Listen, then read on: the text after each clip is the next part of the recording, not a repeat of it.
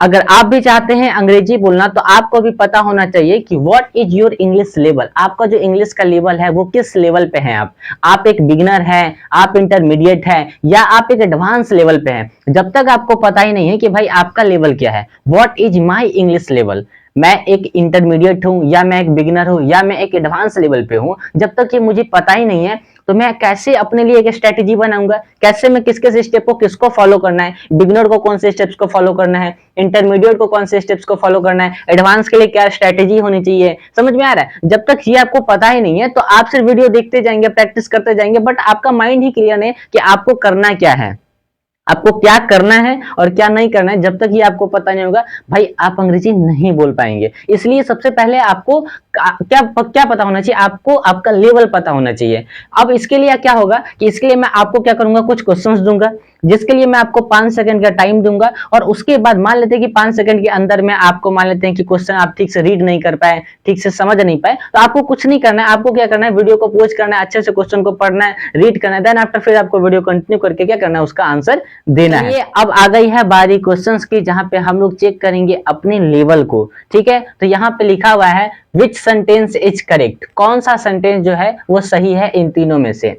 ये वाला क्वेश्चन सबसे पहले पढ़िए। बोल रहा है कि Sita have a very big house. ठीक है, सीता के पास एक बड़ा सा घर है। इसकी हिंदी ये हो रही है, लेकिन मैं आपको हिंदी नहीं समझाऊंगा, आप डायरेक्ट इंग्लिश को समझिए। ठीक है, यहाँ पे बोला है Sita has a very big house, Sita has very big house. फिर से एक बार सेंटेंस को पढ़ के बताता हूँ। बोल रहा है कि विच सेंटेंस इज करेक्ट, कौन सा सेंटेंस सही है, जिसमें से आपको यहाँ पे 3 क्वेश्चंस दिए गए हैं। बोल रहा है कि Sita have a very big house. ठीक है, ये पहला क्वेश्चन है।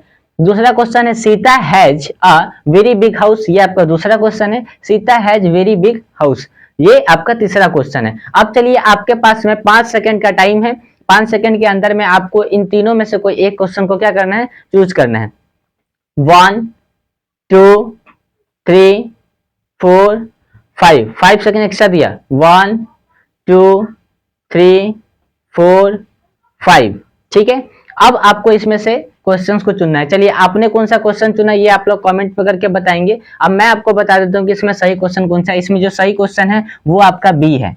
कितने लोगों का बी आया है आंसर, आप लोग कमेंट में करके बताएंगे। ठीक है, अब ये सही कैसे है इसको भी समझते हैं। देखिए, होता क्या है कि मैं सिर्फ आपको ये सही गलत नहीं बता रहा हूं। अब जिन लोगों का गलत हुआ है तो उनको कैसे पता चलेगा कि भाई हमारा जो गलत हुआ है तो कैसे हुआ, और आगे ये बी सही है तो कैसे है, इसको भी जानने की जरूरत है।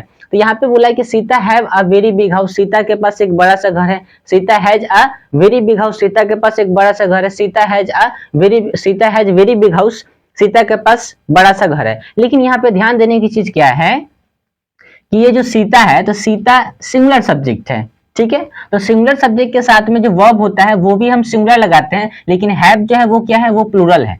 ठीक है, यानी कि जो हैव लगता है वो किसके साथ में लगता है, तो यहाँ पे समझेंगे आई के साथ में, यू के साथ में, वी के साथ में और दे के साथ में, और यहाँ पे बोल सकते हैं any plural subjects, any plural subject के साथ में, इन सब के साथ में क्या लगाएंगे आप हैव लगाएंगे। लेकिन अब यहाँ पे देखना है कि सीता एक थर्ड पर्सन था। जैसे आपने बोला ही, सी, इट, और उसके बाद आप बोल सकते हैं any singular subjects, any singular subject के साथ में आप क्या लगाएंगे, आप लगाएंगे हैज। ठीक है, यानी कि प्लूरल सब्जेक्ट के साथ में आप जो लगाते हैं वो हैव लगाते हैं, और सिंगुलर सब्जेक्ट के साथ में आप हैज लगाते हैं। ठीक है, तो अब यहाँ पे ध्यान से समझने की चीज क्या है कि ये सारे सब्जेक्ट क्या है, ये सारे सब्जेक्ट प्लूरल कहलाते हैं। और हमेशा नियम क्या कहता है कि अगर आपका सब्जेक्ट प्लूरल होगा, ठीक है, तो आपका जो वर्ब होगा वो क्या होगा, वो प्लूरल ही होगा। और अगर आपका सब्जेक्ट सिंगुलर होगा तो आपका वर्ब भी सिंगुलर होना चाहिए। तो इसीलिए ये जितने भी सब्जेक्ट क्या है ये प्लूरल है, इसलिए यहाँ पे हैव लगाया, तो हैव प्लूरल वर्ब होता है।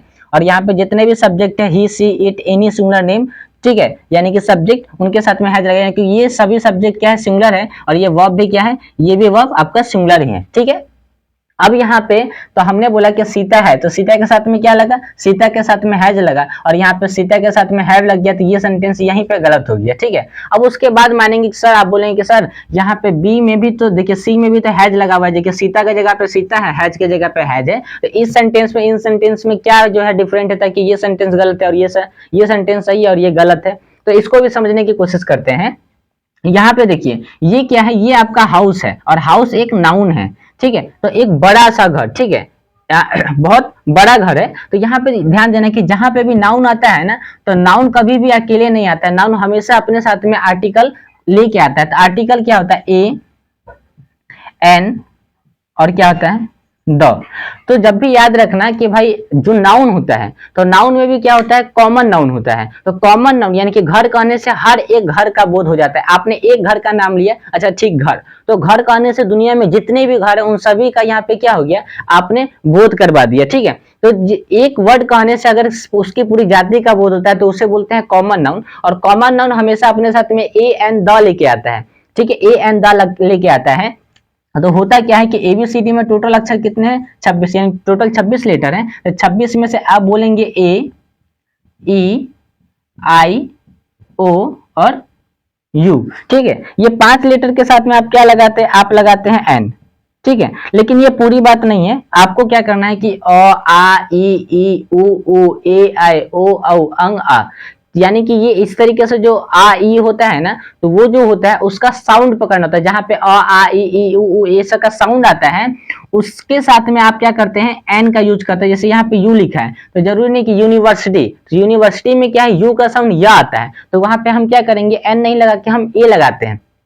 इसलिए लेटर को फॉलो करने की ज्यादा जरूरत नहीं है, वो बेसिक लेवल पे होती है। बट अगर आप इंटरमीडिएट या एडवांस लेवल पे हैं तो आपको लेटर के साथ साथ में साउंड्स को भी फॉलो करना पड़ेगा। जहां पे इनका साउंड आता है वहां पे आपको क्या करना है, एन लगाना है, बाकी जगह पे आपको क्या लगाना है, ए लगाना है या द लगाना है, आप कुछ भी लगा सकते हैं, इसके लिए कोई दिक्कत वाली बात नहीं है। अगर कोई खास चीज है तो द लगा देंगे, अगर कोई ज्यादा खास चीज नहीं है तो ए लगा के हमारा काम चल सकता है। लेकिन ए और द कुछ भी लगाते हैं तो वो सेंटेंस गलत नहीं होगा, इतना जान लीजिए, ठीक है।